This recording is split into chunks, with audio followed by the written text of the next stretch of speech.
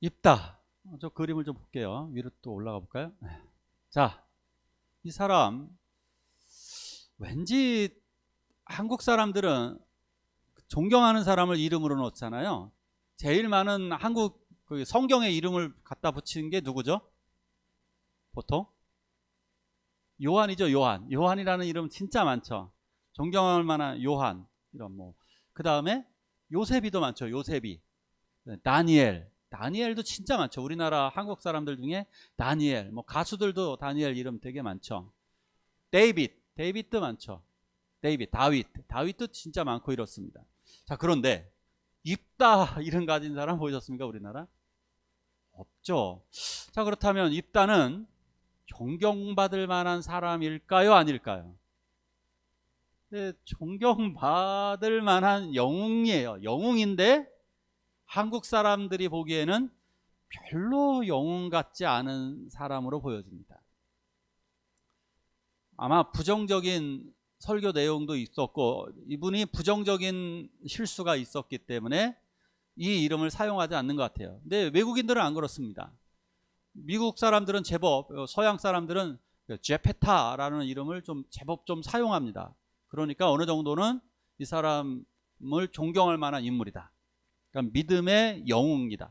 근데 중요한 것은 성경은 영웅으로 기록하고 있어요. 믿음의 영웅 목록에 입다가 있어요. 이 사람은 아리송한 사람이에요. 우리가 보기에 존경할 만한 것이 좀 부족해 보이지만 아리송하지만 그러나 성경에는 이분을 믿음의 영웅으로 기록하고 있기 때문에 영웅으로 보아야만 합니다. 자, 오늘 한번 입다에 대해서 좀 설명하도록 하겠습니다. 입다. 아버지는 길르앗입니다. 이 사람은 길르앗. 아버지가 상당히 부자였고 영향력이 있는 사람이었던 것 같습니다. 그래서 굉장히 많은 아내들을 두었습니다. 아내들을 두었는데 그 아내들 중에 하필이면 기생의 아들이었습니다. 말이 기생이지 사실상 이 단어는 몸을 파는 여성이라는 뜻입니다.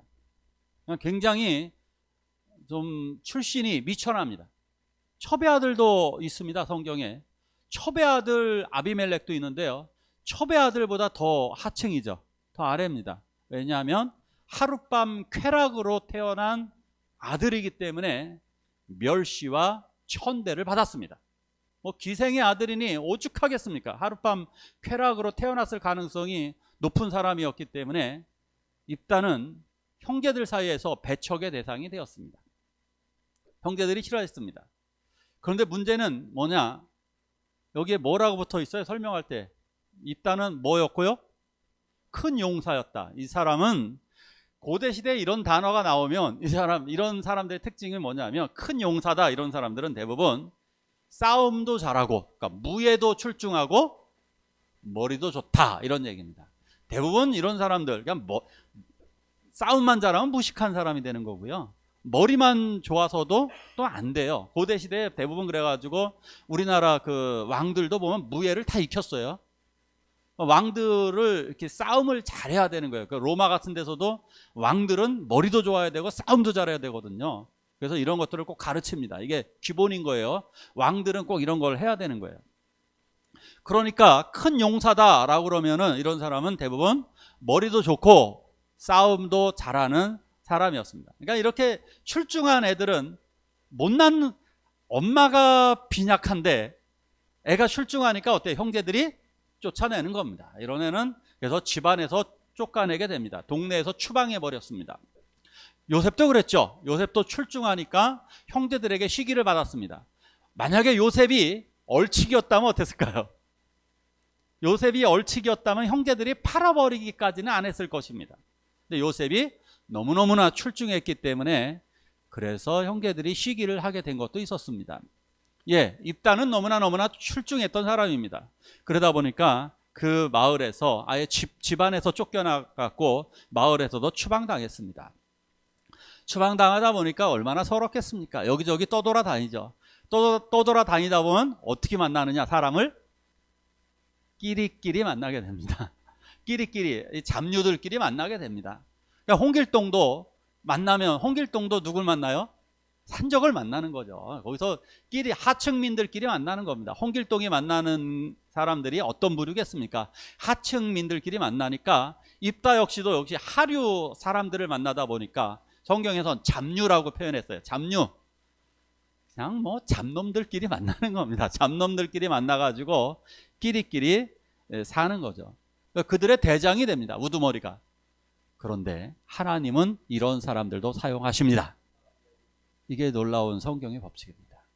하류 인생이지만, 남들이 보기에는 하류 인생이지만 하나님은 이런 사람들을 사용해서 특별한 구원자로 만들어 주십니다.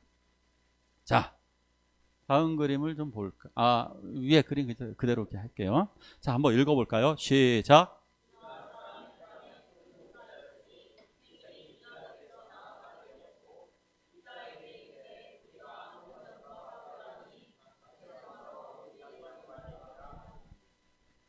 아멘. 자, 이웃나라 암몬이 쳐들어왔습니다. 암몬은 이웃나라에서 어떻게 했느냐 하면 땅을 돌려달라고 전쟁을 했습니다. 땅. 이런 겁니다. 300년 전에 잃어버렸던 땅을 되돌려달라는 겁니다. 근데 중요한 것은 자기네 땅도 아닙니다. 그러니까 이런 얘기하는 겁니다. 갑자기 우리가 중국한테 저 만주는 원래 우리나라 1000년 전에 우리 땅이었으니까 내놓으라고 얘기를 하는 겁니다. 중국이 주겠습니까? 만주 땅 되돌려달라고 그런 얘기는 뭡니까? 싸우자는 얘기입니다. 요걸 시비 걸어와서 요것을 땅을 안 돌려주면 전쟁을 하겠다. 결국 전쟁의 시비거리를 만드는 겁니다. 전쟁이 벌어졌습니다. 큰일 났습니다. 어떻게 싸워야 할까? 근데 이스라엘 사람들은 농민병이라 그랬습니다. 농사를 짓다가 갑자기 전투에 참여하는 거니까 전쟁을 할 방법을 모릅니다. 그래서 누가 좋을까?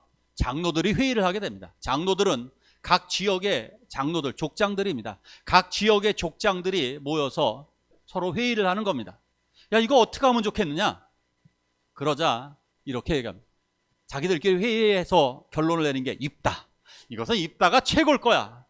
입다는 싸움도 잘하고 머리도 좋고 따르는 사람들도 많기 때문에 입다를 중심으로 해서 우리가 전쟁을 벌이자. 예, 말만 많은 사람 쓸 데가 없습니다. 조선시대의 양반들 다 뭐였습니까? 임진왜란이 벌어졌을 때 양반들 도망갔습니다. 그렇죠? 지체 높은 사람들 싸울 줄 모릅니다. 그런데 농민들은 농기구를 들고 일어섰습니다. 그것이 바로 조선의 의병들이었습니다. 바로 이렇습니다. 여기서도 입다의 가족들, 입다의 형제들 도망가 버렸습니다. 이들은 제대로 싸우지도 못합니다. 말로만 하는 사람들이었죠. 그러니까 결국 입다를 찾아와서 장로들이 요청을 하게 됩니다.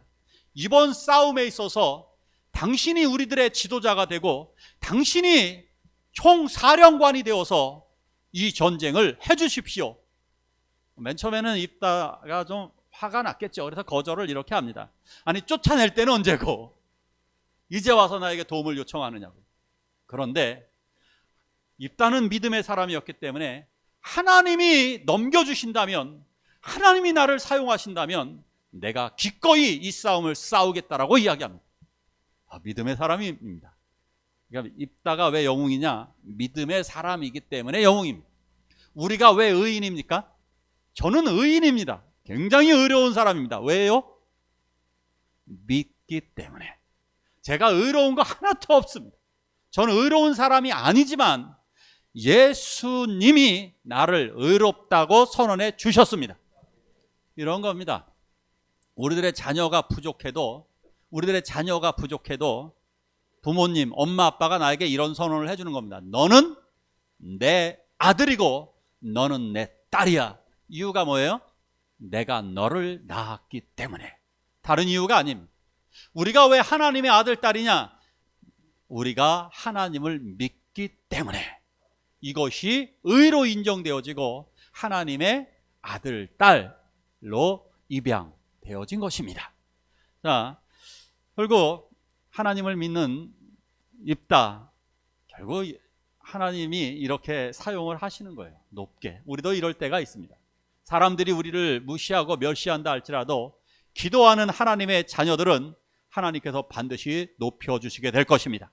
우리를 사용하여 주실 것이고, 결국 세상의 역사가 이렇습니다. 성경의 역사는 특별히 더 그렇습니다. 요셉을 팔아버렸던 그 형제들이 어떻게 합니까? 요셉에게 와서 엎드려 절을 합니다. 다윗을 버렸던 다윗의 형제들이 엎드려서 절을 합니다. 입다를 버렸던 형제들과 그 동네 사람들, 그 지역 사람들이 다 와서 입다에게 결국 엎드려 절을 하게 되는 이 상황이 된 것입니다. 하나님이 우리를 높여주실 때 우리들은 이렇게 놀라운 구원자로 세움을 얻게 될 것입니다. 자, 입다는 먼저 암몬 사람들에게 편지를 사역을 뭐라 그럽니까? 사자를 보내서 결국 협상을 시도합니다. 너희들 그냥 좋은 말 할 때 그냥 가라. 왜냐? 너희들이 이 땅을 돌려달라는 것은 말이 되지 않는다. 그러니까 그냥 가라. 근데 이 입다의 말을 무시하고 결국 군대를 일으켜서 이 암몬 족속이 결국 쳐들어옵니다. 그러자 이러한 일이 벌어졌습니다. 같이 한번 읽어볼까요? 시작.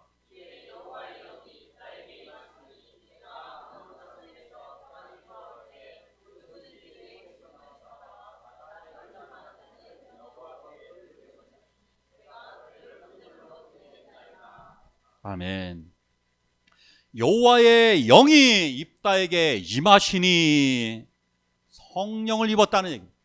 임하시니라고 하는 단어가 라바시, 이 단어는 무장하다는 뜻이 있습니다. 성령이 임한 사람은 무장하는 겁니다. 영적으로 무장을 해서 악령과의 싸움뿐만이 아니라 이 세상에 다가오는 시련과 질병과 모든 것을 이겨내게 되는 것입니다. 이것이 바로 성령이 임하시니, 성령이 옷을 입혀주셨다는 겁니다. 이러한 상징적인 의미인 거죠. 성령이 우리들에게 임했는데 마치 성령이 우리를 강하게 무장시켜 주셨다. 그렇기 때문에 입다가 이 전쟁에서 두려움 없이 당당하게 앞으로 나아가서 승리를 거두게 되는 것입니다. 입다는 결국 나아갔습니다.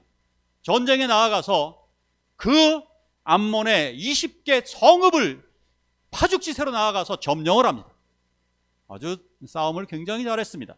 자기 군사들을 이끌고 이스라엘 전 군대를 통솔로 해서 놀라운 싸움에 아주 단번에 엄청난 승리를 거두게 됩니다.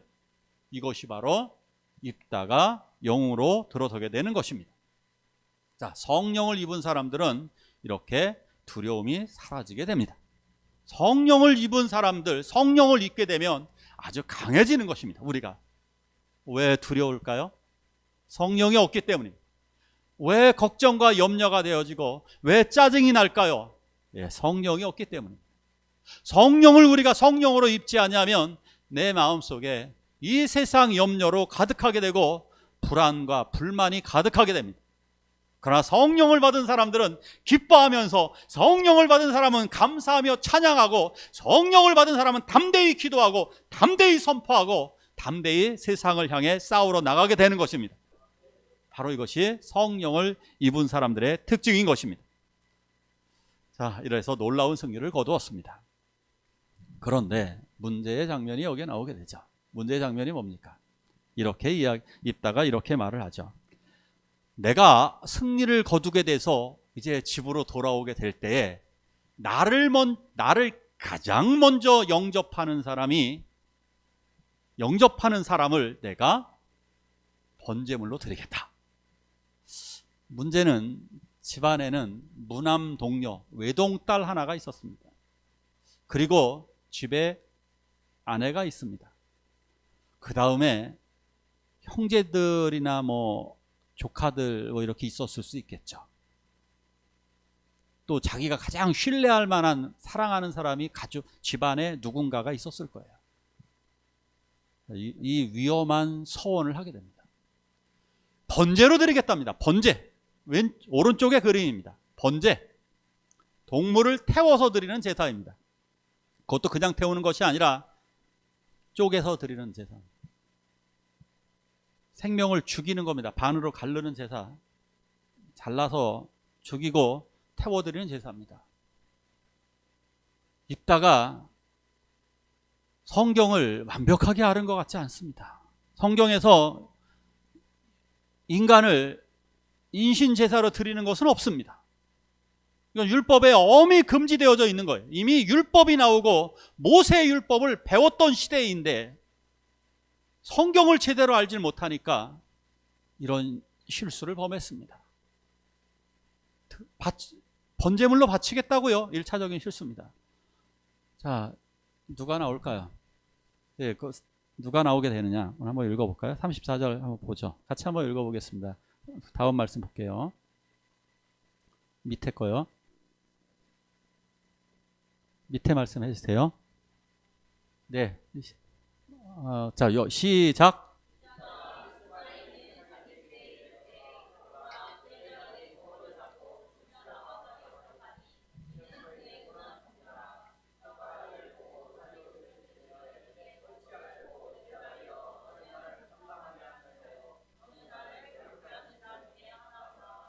아멘. 자, 놀라운 승리의 이건 뭐라 그럴까요? 이거 전 국가적인 퍼레이드입니다. 전 국가적인 퍼레이드. 입다가 이 약속한 것은 자기 집안 식구들을 바라보면서 야, 내가 너희들 바칠 거야 이렇게 얘기한 게 아닙니다. 등 뒤에 있는 군사들을 바라보면서 하나님을 바라보며 약속한 겁니다. 하나님과 군대를 바라보면서 만약에 하나님이 승리하게 해주신다면 나는 자기의 이건 순수한 헌신에 좀 나쁜 좋은 쪽으로 하면 순수한 거고 좀 격렬하게 표현하면 무식한 헌신입니다. 무식한 헌신. 내가 이 싸움에서 승리하게 하나님이 해주신다면 나는 내 가족을 바치겠다라고 하는, 번제로 바치겠다라고 하는 무식한 방법의 헌신이었습니다. 그러니까 어이가 없는 헌신이라고 볼 수가 있는 거죠. 그렇기 때문에 바로 그 순간에 가장 먼저 이 개선행렬 퍼레이드에서 누가 가장 앞장섰을까요? 당연히 이 전쟁의 총사령관인 입다의 가족이 제일 먼저 나오는 게 맞죠. 모세가 홍해를 가를 때 누가 제일 먼저 소고를 잡고 나옵니까? 모세의 누나인 미리암이잖아요. 모세에 가장 가까운 사람이 나오는 게 맞죠. 그러니까 여기서도 입다의 가족이 가장 선두에 서는 것이 맞습니다. 자, 그럼 입다가 이런 말을 했다는 것은 아내가 죽든지 딸이 죽든지 누군가 사랑하는 사람이 죽어야 된다는 얘기입니다. 근데 하필이면 자기가 가장 사랑하는 것은 자기 아내라면 살 만큼 살았습니다. 그래도 그죠? 아내는 살 만큼 살았습니다. 그러니까 이해를 해도 갑니다. 하지만 내 딸은 결혼도 하지 않았습니다. 무남동녀. 자, 다시 한번 좀 과거를 좀 거슬러 가볼게요. 갈렙, 헤브론 정복한 갈렙, 헤브론 정복 갈렙. 갈렙도 딸을 잘 키워서 딸에게 많은 유산을 주었죠. 그래서 사위를 잘 보았습니다. 온니엘, 결국 온니엘이 이스라엘의 지도자가 됩니다. 자, 그렇다면 이 딸이 이스라엘의 지도자가 될 수 있습니다. 이 딸의 남편이 가문을 이어갈 수 있다는 얘기입니다. 가문을. 그런데 이것 때문에 가문이 끊어지게 되어졌습니다. 내 사랑하는 딸입니다. 내가 사랑하기도 하고 우리 가문을 이어가야 되기도 하는 나의 딸이 죽음을 당해야만 하는 것입니다. 그러니까 너무나 고통스러워서 자기 옷을 찢으면서 엉엉 통곡을 하기 시작합니다. 자기 옷을 찢으면서 울면서 말하기를 내 딸이 어찌할꼬 너는 나를 참담하게 만드는 자로구나 하면서 정말 꺼이꺼이 통곡을 하는 겁니다. 너 왜 나온 거야? 이 바보같이. 자기 목숨처럼 사랑한 자기의 유일한 딸이 바로 이제 죽어야만 하는 것입니다. 이 번제물로 이 딸을 아마 바쳤을 것입니다. 그런데 많은 학자들 간에 이거 논란이 굉장히 큽니다. 아니 진짜 하나님이 금지하신 이거를 진짜 바쳤을까? 이건 진짜 저는 이 말씀을 정말 2주 동안 계속 준비하면서 솔직히 답을 못 찾았습니다. 대부분의 학자들이 이거 반반으로 나누어집니다. 진짜 바쳤을까? 성도님들은 어떻게 생각하세요? 진짜 바쳤을까? 안 바쳤을까? 유대인 랍비 학자 중에 김치라고 하는 학자가 있어요. 이름이 웃기죠? 이름이 김치예요. 김치라고 하는 학자가 이거는 실제적인 것이 아니고 성전 봉사로 바친 거야. 성전에 가서 처녀로 봉사했다는 뜻이야. 근데요, 고대 시대 때 처녀를 교회에 바친 사례들이 여러 명 있어요. 근데 처녀를 바친 사례들이 있어요. 성전 봉사라고. 자, 근데 사무엘도 성전에 바쳐줬어요. 근데 울었나요? 그거 성전에 자식을 바쳤다고 해서 죽였다는 얘기가 아니고 성전에서 봉사했다고 해서 자기 옷을 찢을까요? 더군다나 이거 막 소리를 지르면서 나를 참담하게 만든다고 이럴까요? 이 정도 믿음을 가진 사람이. 또 세 번째 문제가 있죠. 이 딸이 2달 동안 산꼭대기에 올라가서 애곡을 합니다. 처녀로 죽는 것을 서러워가지고 너무 슬퍼가지고 2달 동안 애곡을 해요. 이 일이 있을 수 있을까요? 또 하나, 매년마다 4일씩 이스라엘의 처녀들이 이 입다의 딸의 죽음을 서러워 슬퍼해서 매년마다 울어줬어요. 매년마다 4일 동안이나. 자, 그렇다면 성전에 바쳐진 걸까요? 죽은 걸까요? 모르겠습니다. 내용을 저는 말씀드릴 수는 없습니다. 모르기 때문에. 한 가지 분명한 것은 어쨌든 이것은 어떠한 형태들이든지 굉장히 고통스러운 일이었다는 건 분명한 것일 것입니다. 어쨌든 이것은 절박한 입다의 삶이었습니다. 입다는 이 승리를 해야만 했습니다. 왜냐? 이 싸움을 이기지 못한다면, 이 싸움에서 패한다면, 전쟁에서 진다면 사실상 자기도 죽고 딸도 죽고 아내도 죽고 모두가 다 죽는 겁니다. 전쟁이라고 하는 것들은 나만 죽는 것이 아니라 우리 가족 모두가 죽는 절박한 싸움이었기 때문에 무엇인가 서원 기도를 할 만큼 절박한 상황이었다는 것. 그것은 좋게 보면 어쩌면 그것은 정말 간절한 승리를 위한, 구원을 위한 그의 몸부림이었다. 이렇게 조금 좋게 평가할 수 있을 겁니다. 입다는 정말 온 민족을 구원하기 위한 어쩔 수 없는 정말 이런 부분이 있었을 것입니다. 아까 제가 약간 무식한 헌신 이렇게 좀 번역하기도 했는데요. 이순신 장군도 가족을 돌보지 못했습니다. 독립운동가들도 자기 가족들을 돌보지 못했습니다. 어쩌면 이러한 부분으로 좀 생각할 수는 있을 것입니다. 자, 근데 다음 말씀 또 볼게요. 어쨌든 딸을 어떤 형태든 바쳤던 것 같습니다. 요 사건 이후에 요 사건하고 맞물려 있는데요. 에브라임 사람들이 또다시 찾아옵니다. 기억하시나요? 에브라임 사람들. 지난주에는 에브라임 사람들 이랬죠. 에브라임 사람들이 기드온한테 또 시비를 걸었잖아요. 왜 싸움에 우리를 안 데려가느냐고 시비를 걸었던 사람들이 또 왔습니다. 아주 그냥 시비꾼 전문가가 에브라임입니다. 에브라임 진짜 성경에서 시비 거는 거 정말 많습니다. 에브라임 신앙인들이 되면 안 됩니다. 교회에서 이렇게 시비 걸고 이러는 거 자꾸 따지고 트집 잡고 에브라임 신앙인데요. 에브라임 이 사람들 와가지고 뭐라고 얘기하느냐면 왜 우리 안 데리고 간 거예요? 이렇게 얘기합니다. 왜 우리와 함께 전쟁하러 가지 않았지? 뒤늦게 와서 뒷북을 치면서 뭐라고 얘기하느냐. 거기서 끝냈으면 괜찮은데 어떻게 하느냐 하면 내가 너와 내 집을 어떻게 한다고요? 불꽃을 놔서 다 죽여버리겠답니다. 내가 너와 너의 집 사람들을 우리가 다 죽여버릴 거야 라고 얘기합니다. 협박입니다. 사악한 짓을 합니다. 이 모욕적인 언어에, 이 모욕적인 행동에 결국에는 내전이 벌어지게 됩니다. 자, 동족상잔의 비극이 벌어졌습니다.